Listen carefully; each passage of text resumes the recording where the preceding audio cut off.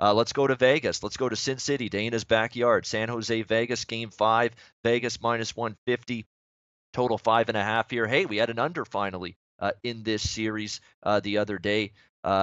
Wednesday night, a great performance by Martin Jones. What was it? 36 save shutout for him in that game. Fantastic performance. 4-0 win for San Jose. And I kind of thought San Jose, to be honest, was going to win that game. And like I say, I wasn't all that upset that they won that game. I like Vegas in the series, but I also have a Vegas in 7 exact series bet going for the Golden Knights to win this series 4-3. So we're on pace for that right now. Like, we've had each team exchanging wins so far. It's been a zigzag theory series. Vegas, San Jose, Vegas, San Jose. That's been your win pattern so far. So the win pattern says Vegas tonight, and I probably agree with that. Minus 150 is not exactly a bargain. But I think Vegas, it's their turn to make adjustments. It's their turn to have their goalie step up and play better. Marc-Andre Fleury, like Martin Jones did in the last game. It's time for Gerard Gallant to respond and with coaching adjustments. It's time for the team to respond after a poor performance and a loss, which is something that Vegas has done consistently and repeatedly all season long, including in the playoffs. Remember, they lost Game 2. What did they do? Win Game 3 in San Jose in overtime. So I have no qualms about Vegas's response level after a poor performance. We've seen them bounce back strong in the next game multiple times. I think they can do it tonight. So Vegas minus 150. Again, I'll be on that side. It's probably going to be a half unit play for me, not a full 1 unit, but I'll have something there. Vegas minus 150. I think this pattern just continues. I think Vegas probably wins tonight. San Jose's probably going to hold serve at home in Game 6, and we're probably going to have a 7-game series. And I just hope Vegas pulls it out for me and keeps this incredible run going for another round at least. But we'll see. Don't ever count San Jose out of this thing by a long shot. It's been a great series, been very competitive.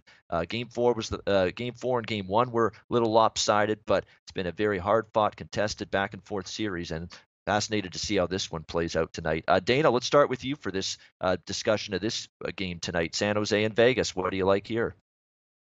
Well, Ian, I agree with just about everything you said. I mean, I accept the outcome in Game 7. I still think San Jose squeaks one out in Game 7 and does take 2 out of 3 from the Knights, which means that I think that the Golden Knights will win tonight. And I'm kind of painting myself into a corner, but I'm trying to use the psychology of the series where we've seen before where Marc-Andre Fleury has definitely definitely come back from a loss. He wasn't great. I thought, I didn't think that the second goal just before the end of the period was played particularly well. I thought that either Schmidt or McNabb should have went up to engage the San Jose shooter.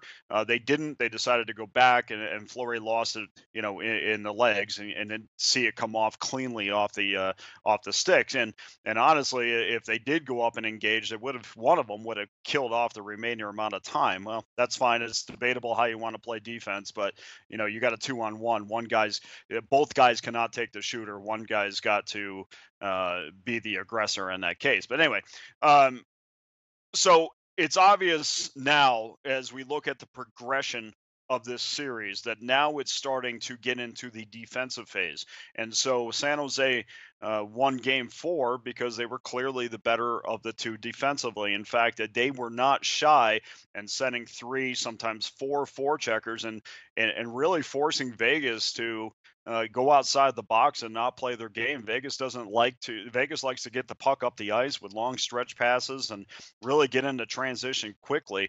And that's something that Gerard Gallant's going to have to make an adjustment to tonight, because what happens when a team challenges you and you can't beat them for 200 feet? Well, what you do is you got to slow your transition down a little bit. You have to bring your forwards back to your defensemen, not have as much spacing, and you have to have correct positioning in order to take those passes. And if you can break that, it's very similar to a full court press in the NBA. I mean, if you can break it, that's great on the other end, and then you really prevent teams from pressing you. But if you can't, you're going to be in for a difficult 60 minutes of hockey, which we saw the other night. And let's be honest, I mean, the Knights had problems getting the puck through the neutral zone and just did not dump it in as many times as I thought and utilize their speed. But at the same time, guys, I really thought there were some guys that took some shifts off, and the name that comes to mind right now is David Perron. In fact, I had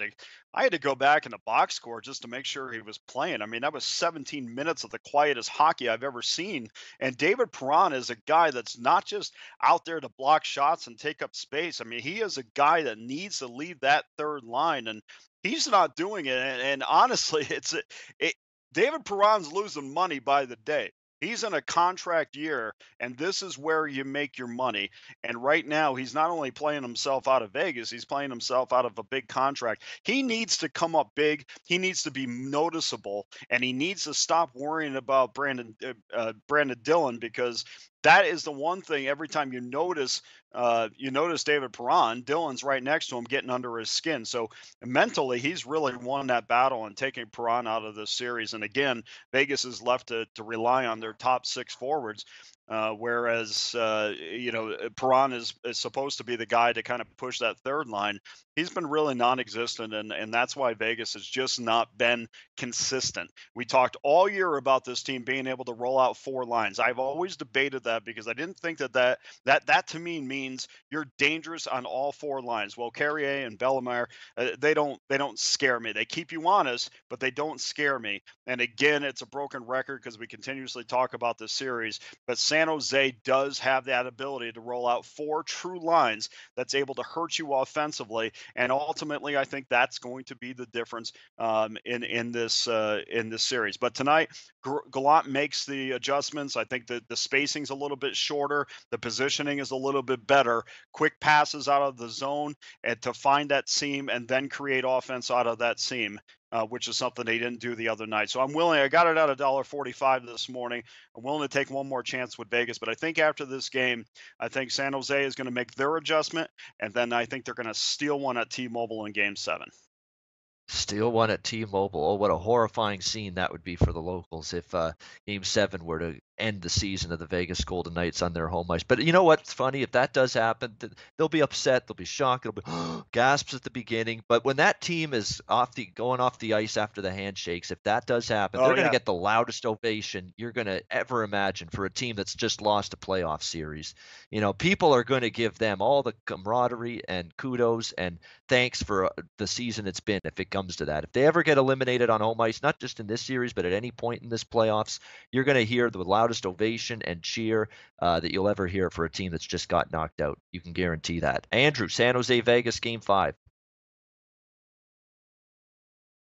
Yeah, I'm going to continue to look at the under in this game. I was on it last game, and I just think that as far as a bounce back spot for Marc-Andre Fleury goes, I think that he's the kind of goalie that no matter how his team played in front of him the night before, no matter what the result is, off a loss in general, but just off of what I saw out of his team in that last game, just didn't really seem impressed. And I think that it all does start with the way that your team plays. But I think that if Fleury shows early on in this game that he's not taking no for an answer. He's not letting in anything easy. He's going to cover up everything he sees.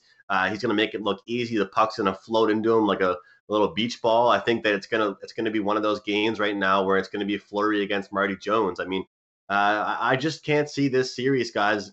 Right now it's funny. You always look at you're pairing the games, the series together, and we've got the Tampa Boston and then the Vegas San Jose, and they're two different types of series to me because, in my opinion, this series isn't one of those ones where it's first to get 4 goals wins, whereas that Tampa Boston series, we're all expecting so many goals. I think that this series right now is the one that is pretty much the team that makes the least amount of mistakes, the team that stays true to their identity.